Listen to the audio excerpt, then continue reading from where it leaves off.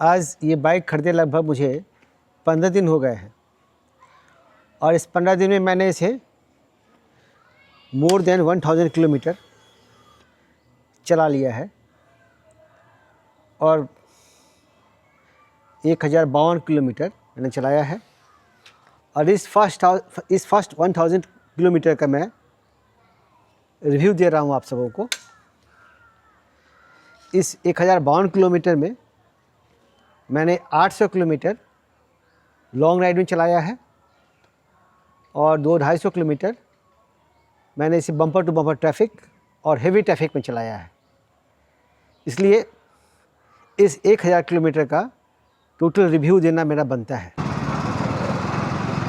मैं पहले इसे लॉन्ग राइड के बारे में बताता हूँ। लॉन्ग राइड में ये बाइक बहुत बढ़िया परफॉर्म करती है। कॉर्नर पे कॉर्नरिंग करने में और हाई स्पीड कॉर्नरिंग करने में, किसी भी गाड़ी को ओवरटेक करने में। जैसा ये बाइक फेमस है for its name pocket rocket, perfectly वैसा ही बिहेव करती है।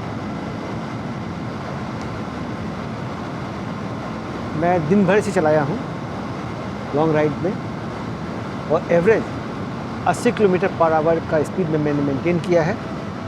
इसमें टॉप स्पीड में इसको 130-120 तक लगातार चलाया हूँ और काफ़ी देर तक चलाया हूँ, लेकिन कभी भी इंजन स्ट्रेस नहीं फील किया है।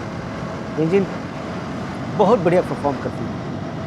लगता ही नहीं है कोई आप 400 सीसी का बाइक चला रहे हैं, ऐसा लगता है कि एक सुपर बाइक आप चला रहे हैं। काफ़ी बढ़िया इंजन है और इतना बढ़िया परफॉर्म करती है लॉन्ग राइड में और क्रूजिंग में, लाजवाब।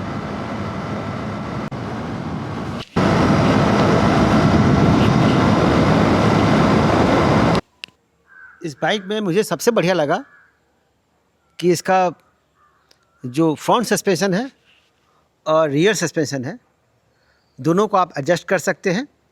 फ्रंट सस्पेंशन को रिबाउंड और डैम्पनिंग के लिए और रियर सस्पेंशन को प्रीलोड के लिए। इस कारण रोड के हिसाब से ये ऑप्टिमम परफॉर्म करती है। इवन हाई स्पीड में इसमें इतना अच्छा स्टेबिलिटी आता है इस एडजस्टमेंट के कारण, वो लगता ही नहीं है कि आप कोई इतना सिंपल सी बाइक चला रहे हैं।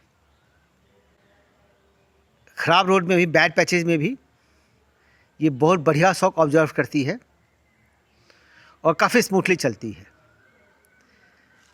इस गाड़ी का सीट हाइट भी काफ़ी बढ़िया है, 800 mm है और इसके बावजूद इसका जो ग्राउंड क्लियरेंस है इतना बढ़िया है कि मुझे जो नॉर्मल इंडियन रोड कंडीशन है उसमें कहीं भी नीचे टच करने का टेंशन नहीं लगा रहा था।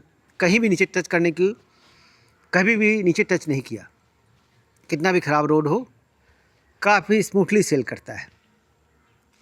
इसका क्विक शिफ्टर बहुत स्मूथली परफॉर्म करता है और जब आप एक्सीलरेट करते हैं तो क्विक शिफ्टर के कारण बड़ा मज़ा आता है इसको और बहुत कम टाइम में आप अपना स्पीड अचीव करते हैं। इसका जो ये है क्रूज़ कंट्रोल है वो भी काफ़ी स्मूथली परफॉर्म करती है। क्रूज़, जब आप हाईवे पे क्रूज़ करते हैं, क्रूज़ कंट्रोल लगा देते हैं तो स्ट्रेस फ्री जर्नी आपका परफॉर्म करती है। और इसका माइलेज, हम इंडियन हैं तो माइलेज तो हमें दिमाग में रहता ही है। इसका माइलेज भी ठीक ठाक देता है। लॉन्ग राइड में ये मुझे, अगर हम काफ़ी एग्रेसिवली भी चलाते हैं तो भी ये मुझे 25 का माइलेज दिया है इसने और बहुत बढ़िया माइलेज है। अगर आप 120-130 की स्पीड में चला रहे हैं गाड़ी और काफ़ी अच्छा परफॉर्म कर रही है, उसमें आप 25 किलोमीटर पर लीटर का अगर माइलेज देती है तो सही में इसको आप क्या कहेंगे, वैल्यू फॉर मनी बाइक है ये। बम्पर टू बम्पर ट्रैफिक में अगर उसके बारे में डिस्कस करते हैं तो वहाँ भी काफ़ी बढ़िया है। लाइट वेट होने के कारण और टर्निंग रेडियस काफ़ी छोटा होने के कारण आपको रोड में क्रॉस कट मारना, काफ़ी कम डिस्टेंस में साइड कर लेना या टर्न करना काफ़ी आसान होता है।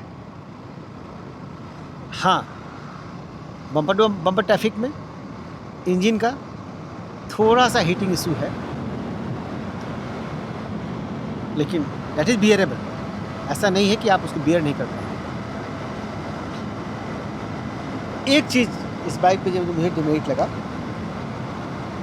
जब हम ट्रैफिक में चलाते हैं या बम्पर टू बम्पर ट्रैफिक में हम चलाते हैं, वो ये लगा कि इस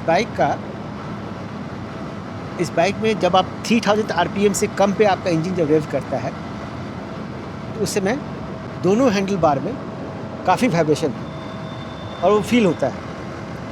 लेकिन पोस्ट 3000 आरपीएम वो सारा वाइब्रेशन गायब हो जाता है और 120-30 में मुझे तो आज तक जो 1000 किलोमीटर का जो मैंने रनिंग किया कहीं भी कोई वाइब्रेशन फील नहीं हुआ। लेकिन बिलो 3000 आरपीएम इसमें सफिशिएंट अमाउंट ऑफ वाइब्रेशन है। इसलिए इन नटसेल हम कह सकते हैं कि आप इस बाइक को, ये बाइक रेव करने के लिए बना है, हाई रेव इंजन है और इसको आप हाई रेव कर